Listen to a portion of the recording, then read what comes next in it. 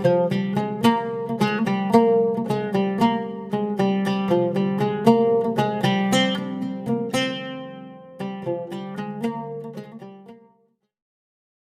datang di channel baru kami. Dukung channel kami dengan cara like, komen, dan subscribe agar kami lebih bersemangat serta selalu berusaha memberikan video-video yang dirasa akan bermanfaat untuk kita semua. Terima kasih.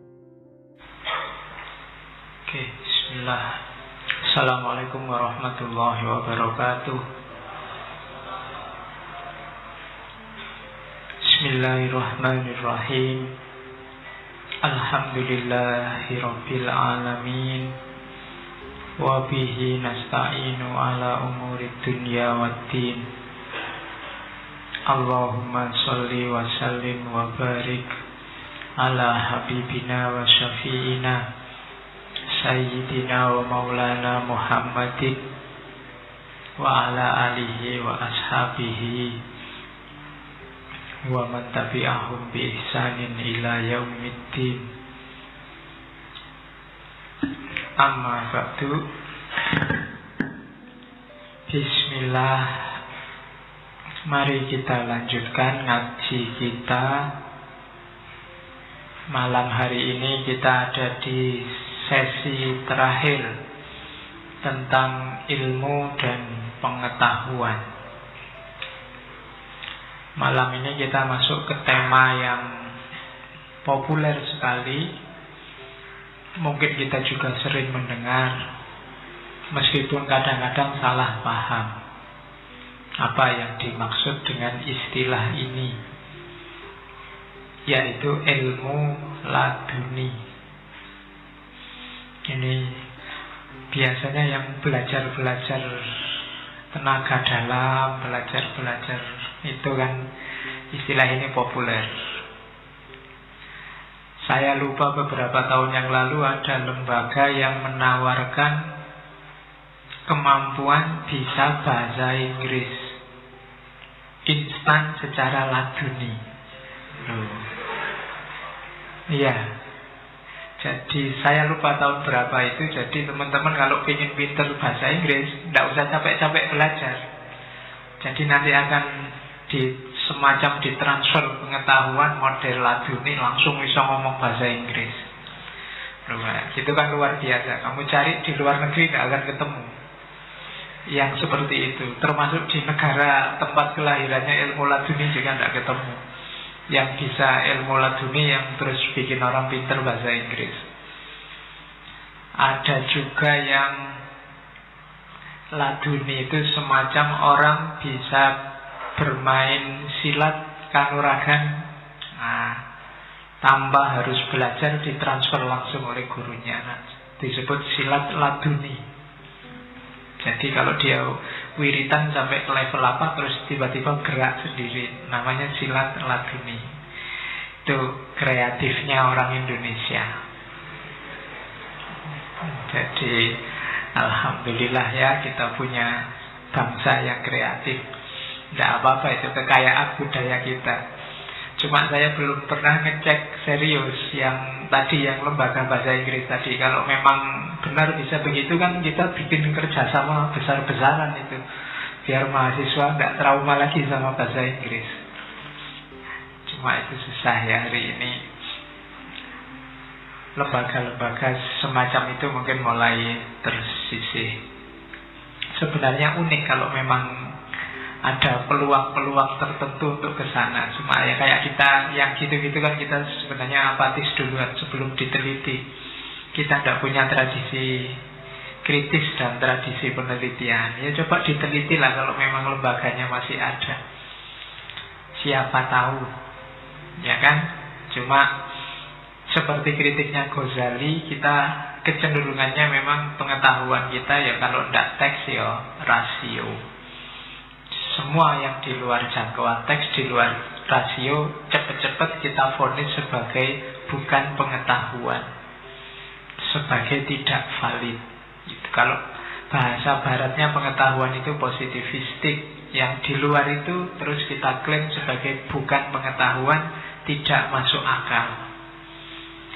Nah, Itu hari ini Ghazali mau ngomong ranah yang sering kita anggap tidak masuk akal itu. Meskipun malam ini saya tidak murni membawa Ghazali, saya bawa beberapa tambahan dari Suhrawardi untuk lebih memudahkan. Karena kitabnya Ghazali menurut saya agak tipis di Ar-Risalah Al-Laduniyah itu, dan baunya terlalu sufistik. Nanti kita tambah beberapa asumsi epistemologi dari Suhrawardi. Kalau Ghazali sendiri saya nggak perlu ngasih pengantar ya, kita tokoh favorit di ngaji kita Ghazali, paling sering diangkat, mungkin sampai besok-besok karena memang karyanya luar biasa. Tulisan-tulisannya banyak, itu pun tidak ada seperempatnya yang nyampe ke kita. Ghazali dikisahkan sempat menulis sekitar 228 kitab.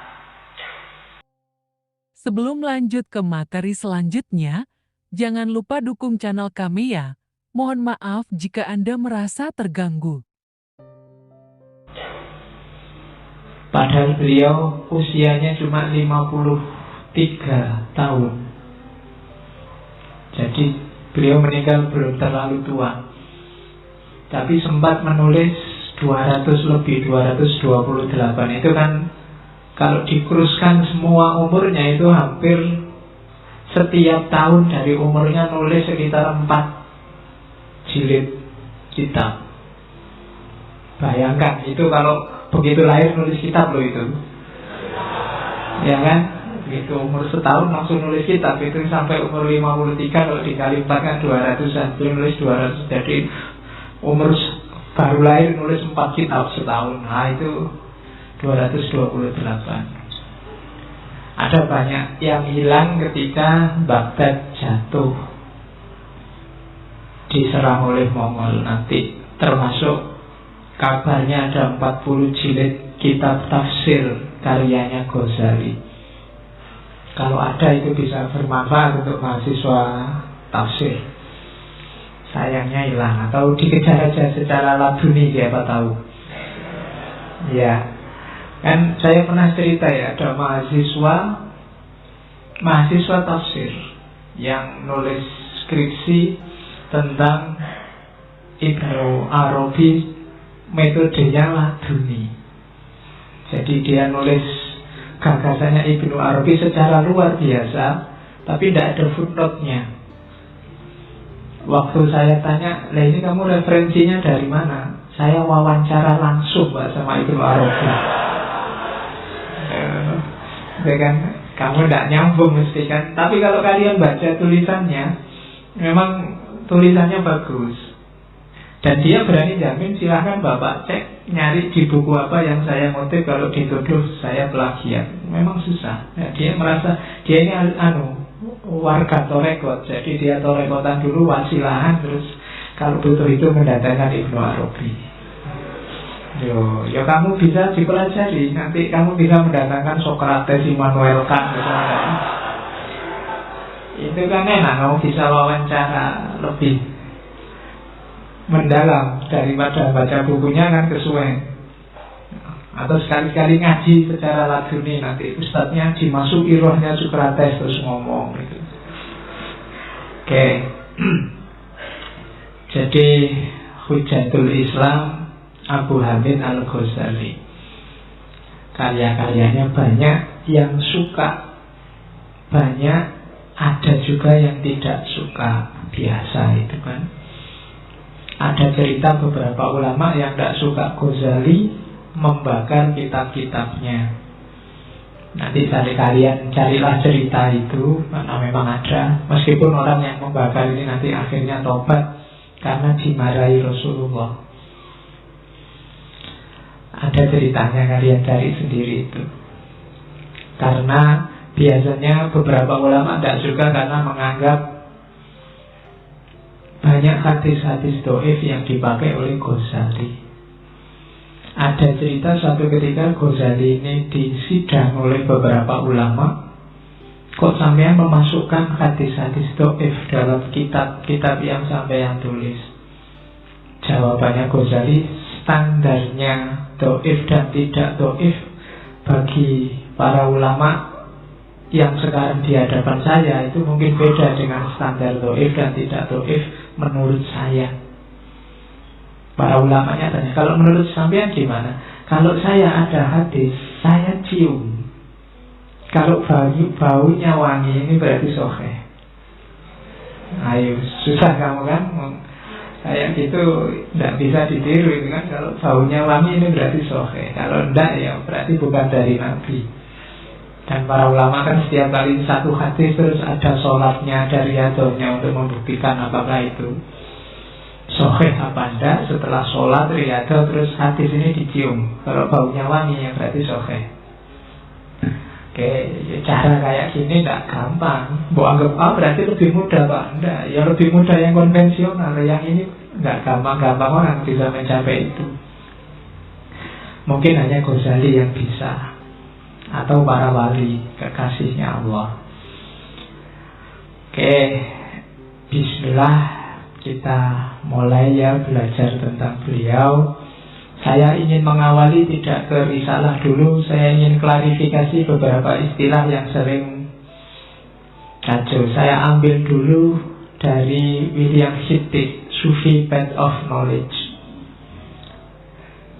yang membahas Ibnu Arabi. Jadi katanya hasil penelitiannya William Hittig bahwa jalan pengetahuannya manusia sebagaimana dipahami oleh para sufi itu ada 3 jenis. Ada pengetahuan akali, atau jangan pakai akali lah ya, kalau bahasa Indonesia diakali itu kan jelek. Pengetahuan rasional, jadi pengetahuan akal. Yang kedua pengetahuan intuitif. Ini juga sering ambigu istilah intuitif, nanti kita bahas apa itu intuisi. Ada yang ketiga namanya pengetahuan tentang asror. Ini Ibnu Arabi, tentang pengetahuan rahasia.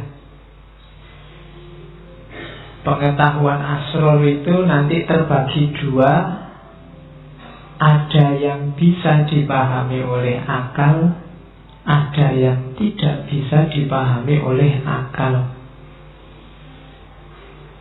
Yang tidak bisa dipahami oleh akal terbagi 2. Ada yang murni intuisi, ada yang dilimpahi oleh Allah, diinformasi. Di akhbar, itu istilahnya akhbar, dapat berita langsung dari Allah. Jadi dalam dirinya dianugerahi oleh Allah pengetahuan, namanya akhbar.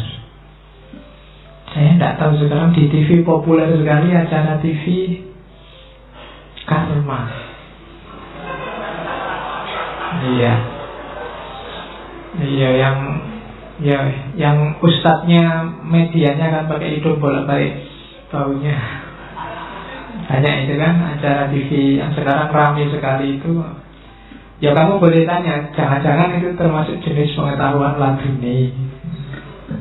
Ini nggak usah divonis apa-apa dulu kalau kita belum tahu aslinya. Ya, biarin saja kapan-kapan kita teliti yang jenis-jenis karma itu. Tapi kalau tentang orang yang dapat anugerah pengetahuan langsung dari Allah banyak. Kisah-kisah para wali juga banyak ceritanya. Nggak cuma zaman dulu, hari ini beberapa juga masih ada. Cuma pasti orang-orang semacam ini bukan orang-orang yang populer di medsos, di YouTube, di WA, pasti bukan. Mereka orang-orang yang lebih suka tersembunyi, karena ujiannya berat. Nggak sembarangan wali bisa tampil ngomong kayak gini, ujiannya jauh lebih berat. Apalagi terus banyak orang tahu itu. Kalau di Indonesia begitu ada wali, alamat sudah dia tidak bisa tenang hidupnya. Mesti semua berbondong-bondong ke situ nyari berkah lah, minta salaman lah, minta. Ujiannya berat. Tapi pasti masih ada. Kalau menurut Ibnu Arabi kan di dunia ini selalu ada para kekasih Allah.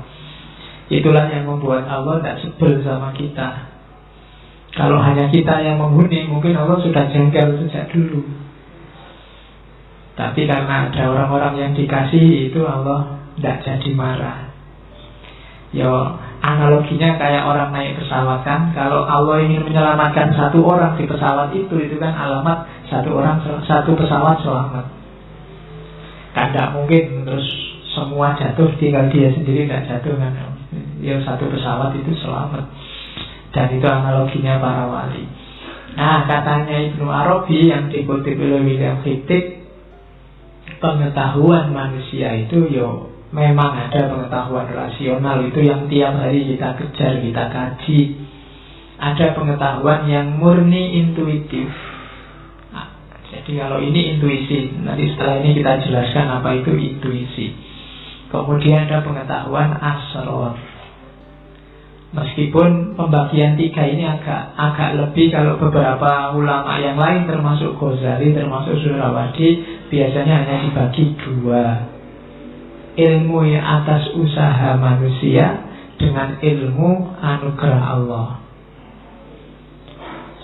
Sebenarnya ya kalau kita jeli, semua ilmu itu anugerah Allah. Cuma ada ilmu yang nunggu kita berusaha nyari dulu terus dikasih oleh Allah. Ada ilmu yang langsung dikasih oleh Allah karena Allah sayang sama kita. Kadang-kadang jalurnya juga tidak terduga-duga. Makanya kalian kalau nyari ilmu tidak usah pilih-pilih. Tidak usah pilih-pilih dosen, tidak usah pilih-pilih materi, tidak usah pilih-pilih ustaz. Cari aja.